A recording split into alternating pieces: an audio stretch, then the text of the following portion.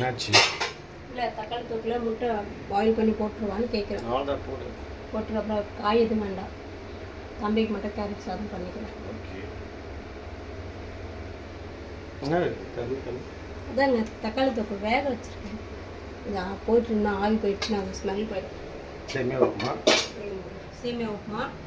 இது இன்னைக்கு ஆடி first day இல்லையா, அதனால கொஞ்சம் பாயாசம் பண்ணியிருக்கேன். சாமிக்கு வைக்கலாம். ஓகே சரிங்களா? இது உங்களுக்கு கஞ்சி இருக்குது. காசு ஆச்சு, இப்போ தான் காசுன்னு சந்தியா தூக்க முடியும். என்ன சமையல் செய்றீங்க ரெண்டு பேரும்? சீக்கிரமாக எழுந்துட்டான் ஃப்ரெண்ட்ஸ். சமைக்கவே முடியல எனக்கு. இதனால டைம் வேஸ்ட் ஆகுது எனக்கு. தூக்கணுமா? என்ன ஸ்பெஷல் இன்னைக்கு நம்ம வீட்டில்? ஒன்றுமே நம்ம இது தயிர் துவைச்சிடுங்க. பால் ஆறினோடனே வழக்கம் போல் உங்களுக்கு கஞ்சி தான் இது. சரிங்களா? இது சாதம். அப்படியே வந்தீங்கன்னா ரசம் கூட்டியிருக்கேன், தாளிக்கணும்.